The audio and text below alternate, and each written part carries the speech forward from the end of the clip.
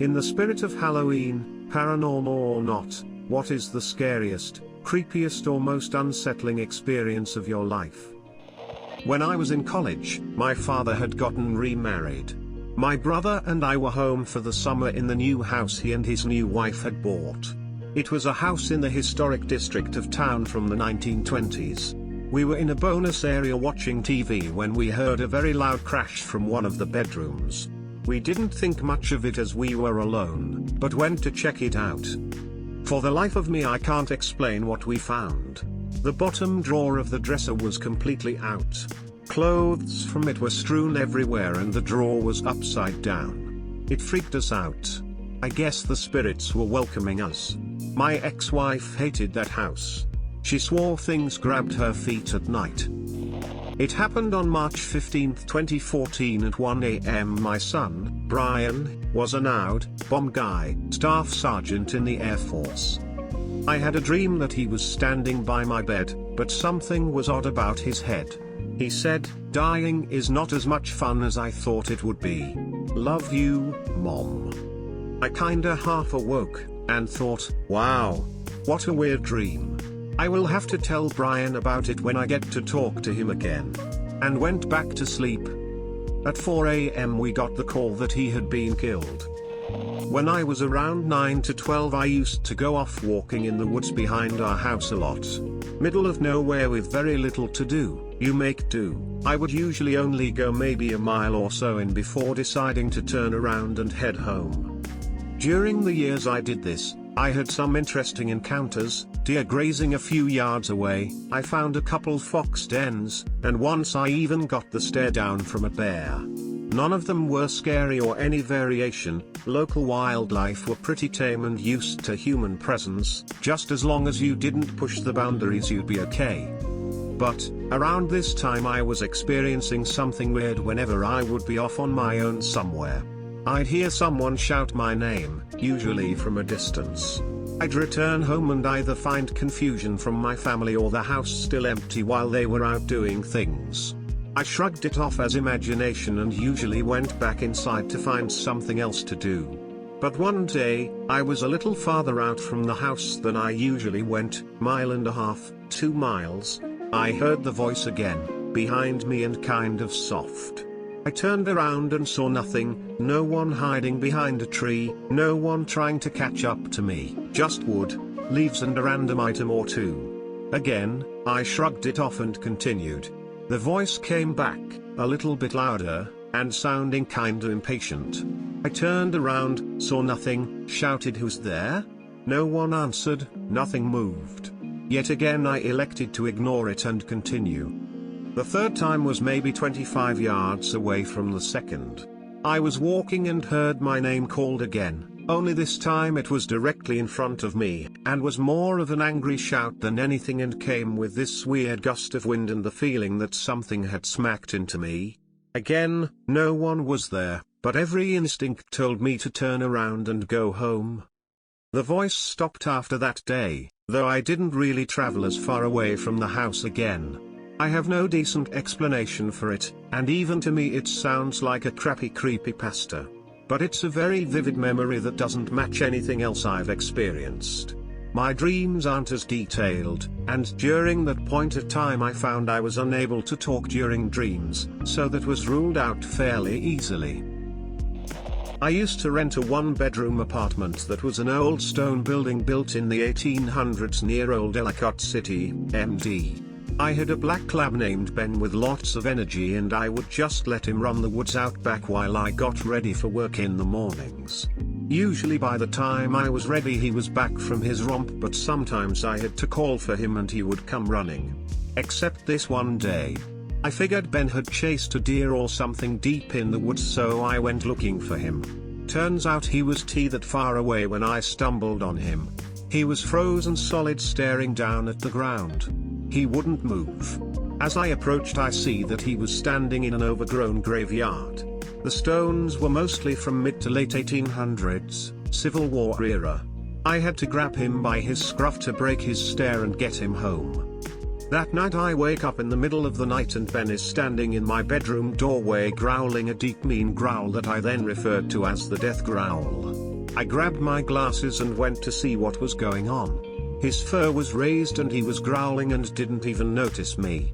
I flipped on some lights and told him everything was fine. He calmed down and nothing else happened, but from then on he always slept in my bedroom doorway. This was when I was in 8th grade. I had been the only one awake, around 12, and everyone was in their usual sleeping layout, me in my room and all my brothers and sisters downstairs on the complete opposite side of the house. I was reading when I heard footsteps outside my door, which would usually freak me out. However, my mom would sometimes try to jump out and scare my brother and I, so I shouted, "Mom, come out. I heard you." No response. 5 minutes later, more footsteps outside the shut door. I waited because I did not want to open the door to some monster waiting for me, but eventually I did and ran to the next room over, switching every light I passed on. Everyone knows ghosts can do anything in light. Once I was in the next room with the door shut, I laid there hoping I could sleep soon so it'd all go away.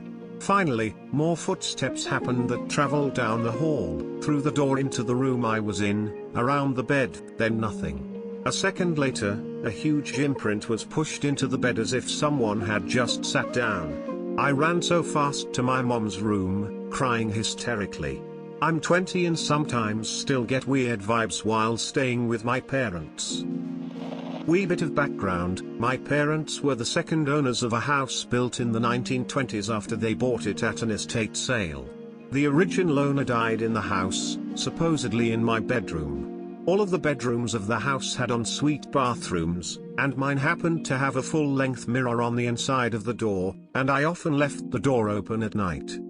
One night when I was a teenager, I'm laying in bed, unable to sleep. I'm laying on my side facing the bathroom door when I hear some soft creaking along the wood floors. I look in the mirror, thinking it's just one of my brothers sneaking around the house, but I don't see anyone. Okay, it's an old house, there's lots of settling, I think, and close my eyes. Suddenly, I feel a hand on my shoulder, like it's trying to gently shake me awake. I look in the mirror, and there's no one there. I'm frozen in confusion. I can feel someone touching me, but my eyes are telling me that I'm alone in the bedroom. I roll over to make sure, and the hand lifts off of me and I hear the floorboards creak again. There was still no one there. Years later I tell my mom about it and she nonchalantly tells me about the lady who died and that she's still hanging around. Cabinet doors will be found open, creaking in the floors follows a particular path, and yes, sometimes she checks to see if people are sleeping. At least she's a friendly ghost. I was 12 years old. My grandmother had a study in the back of the house. All the family children, 6 of us counting siblings and cousins, get very uncomfortable in that room, and only that room. The study had a half bath connected to it and that half bath connected to the laundry room which connected to the rest of the house.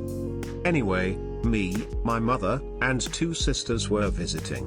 My sister was using the main bathroom and I really had to go, so I went to the opposite end of the house to use the toilet next to the creepy room. Locked both doors and started going when 3 knocks came from the door to the study. I squeaked out a one moment. Finished, unlocked the study and bolted out through the laundry room. One sister was still in the main bathroom, the youngest one was still playing Barbies on the opposite side of the house, and my mother was still talking with my frail grandmother in the living room. No one had been in the study and I have no idea what knocked 3 times. Neither of my sisters would go in that room for any reason, and one of them was in the bathroom the whole time and the other was a terrible liar. My grandmother and mother had no idea that the kids were afraid of the room and weren't really capable of making the trip from the study to the living room that quickly. There was no one else in the house. 20 years later and I have no idea what made that knocking. I have replayed it in my head over and over and concluded it must my imagination. But about a decade ago I was chatting with my mom and somehow the study came up. She was talking about how when Grandma and Pawpaw bought the house, the windows in that room were bolted shut, but just that room. That's when I told her all the kids are scared of that room and that weird story. She said it wasn't her but wish it had been. I don't believe in ghosts, but adult me wants to open the door that knocked when I was 12. I have two, both involve university housing. The second house I lived in at uni was just creepy. I thought it was just me, until one of my other housemates mentioned that when they did not like being downstairs at night. We all agreed it was extremely creepy, and all of us felt a sensation of dread.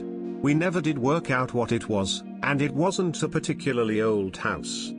The second one is slightly worse. The house my girlfriend lived in at uni, different city, she started the year I graduated, was a Victorian terraced house, the kind factory workers would live in. Most of their house was fine, but the basement and her bedroom were bloody creepy. The basement was the kitchen wasn't too bad. At the back, however, there was a small shower room and another, completely empty room. No windows, very creepy. We had the same feelings I described in the previous bit down there. Now, her bedroom. It was an attic room, so the very top of the house. It had the same unsettling feelings no matter the time of day. At night it was worse, and there were shapes, for want of a better word, in the corners, and the feeling of being watched but not wanting to turn around. Both of us also saw a white figure in a corner. Now, fast forward to June this year. I went up there for a week for my birthday. Everybody else had moved out, so we decided to sleep in one of the other bedrooms. Less unsettling, I thought we were fine.